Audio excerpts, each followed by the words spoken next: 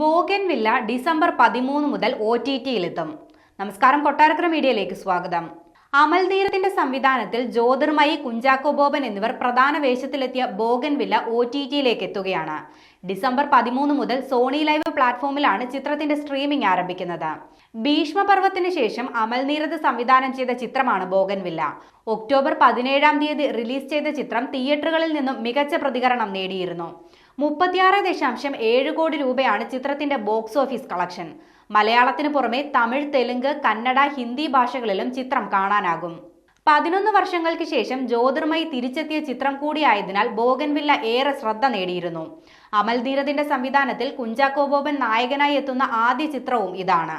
ഫഹദ് ഫാസിൽ, ഷറഫുദ്ദീൻ, വീണ നന്ദകുമാർ, ശൃന്ദ തുടങ്ങിയവരും ചിത്രത്തിൽ പ്രധാന വേഷത്തിലെത്തി. യുവ എഴുത്തുകാരൻ ലാജോ ജോസും അമൽ നീരദും ചേർന്നാണ് ചിത്രത്തിന്റെ രചന നിർവഹിച്ചിരിക്കുന്നത്. ഛായാഗ്രഹണം നിർവഹിച്ചത് ആനന്ദ് സി ചന്ദ്രനാണ്. അമൽ നീരദ് പ്രൊഡക്ഷൻസിന്റെയും ഉദയ പിക്ചേഴ്സിന്റെയും ബാനറിൽ ജ്യോതിർമയിയും കുഞ്ചാക്കോ ബോബനുമാണ് ചിത്രത്തിന്റെ നിർമ്മാണം നിർവഹിച്ചത്.